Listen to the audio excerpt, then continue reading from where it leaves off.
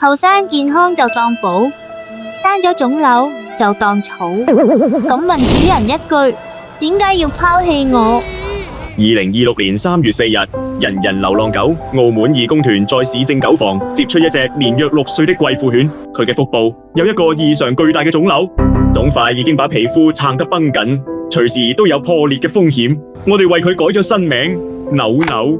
接出當日，扭扭嘅狀況令人心痛，指甲過長，身體衛生情況欠佳，好明顯佢已經好長時間沒有得到基本照顧。當身體出現咁嚴重嘅問題，佢本應得到治療同照顧，但扭扭卻被人遺棄。目前本團已為扭扭安排緊急醫療評估，並盡快進行手術。